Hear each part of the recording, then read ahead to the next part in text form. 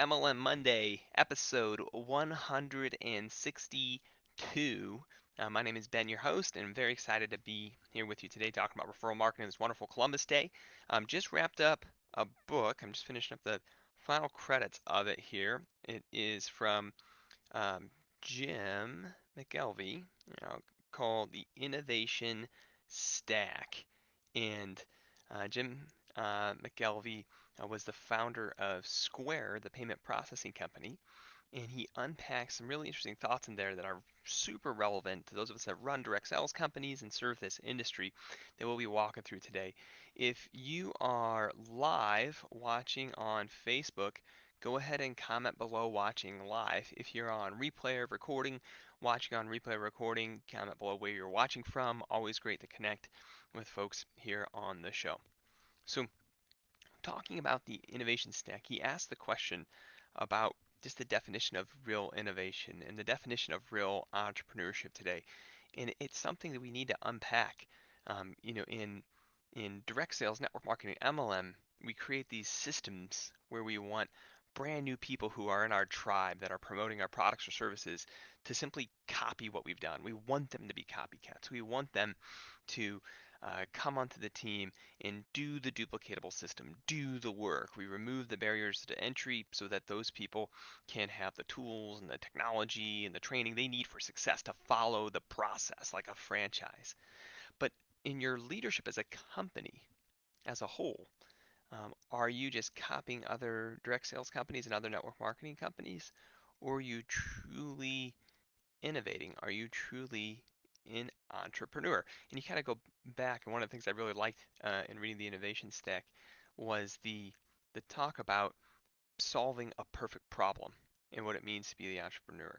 So creating a new solution to solve a perfect problem because there's lots of problems, challenges in the world and in the marketplace that are shouting to be solved.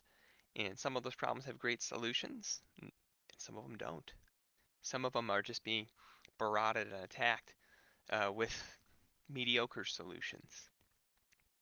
And and if you're going to do something truly remarkable, that's real innovation, it could be creating a market that doesn't exist yet for that solution. So I'll give you an example. In the book, he talks about Southwest Airlines. Before Southwest Airlines, air travel was just for wealthy people. And if you looked at studies, they would have said that, hey, people who aren't wealthy don't really want to fly. They prefer the bus. And it's not true because only wealthy people were flying because that's all regulated airlines were set up for. And then Southwest Airlines comes and says, hey, we're going to, create an airline for the everyday man, the everyday woman, and, have fares under $100 to all these destinations throughout Texas. And that was revolutionary, life changing because Southwest Airlines didn't put United out of business. They didn't put American out of business. They didn't put Delta out of business. They literally built another layer of the entire economy of who rides airplanes. Right? If you think about like a pyramid of who's at the top of the food chain, who's there, Southwest just grabbed the bottom. They like built out the bottom of the pyramid and said, hey, there's a whole bunch of people who never rode airplanes before, and because of Southwest, now they do. They didn't even hurt the competition of everyone else. They literally just built another layer to a market that was completely unserved, that no one was even taking the time to serve. There's those types of perfect problems all over the world. And if you want to create something remarkable that lasts, eh, you you in most books out there, most training out there talks about, but just copy the things around you that you see. And there's a lot to be said about copying what works.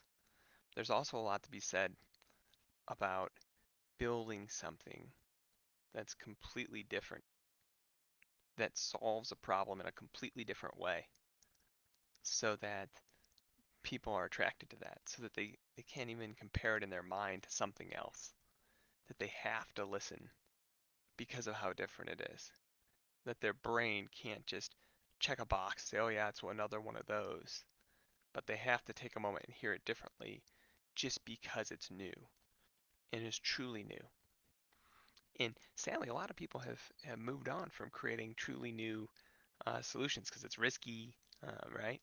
Truly new solutions are not easy. Most people stay in the comfort. So, how do you do things that are truly new? That's what I walked away from in the book.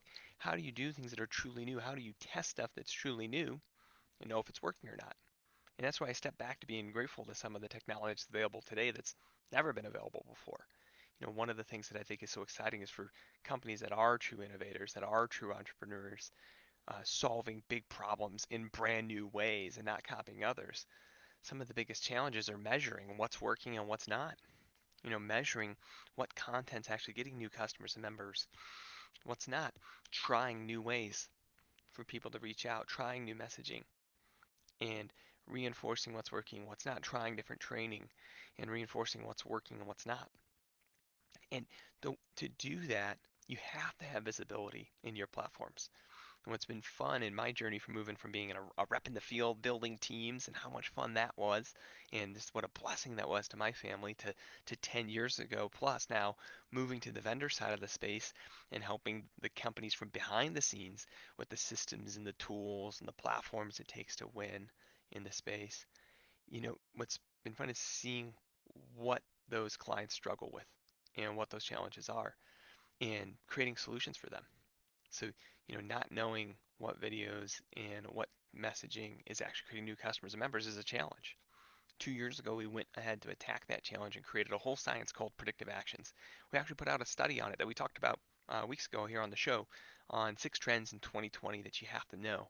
But just as I'm finishing up this innovation stack book and sharing thoughts with you from that, I encourage you that if you haven't yet, taken a look at that study to check out a copy of it. I will put a link below in the comments here, and feel free to send me a private message here on Facebook or grab a copy there, because that's a powerful opportunity for you to plug in to really what's possible today in the space so that when you're doing something new, you're actually measuring what's working, what's not, so you can make better decisions faster.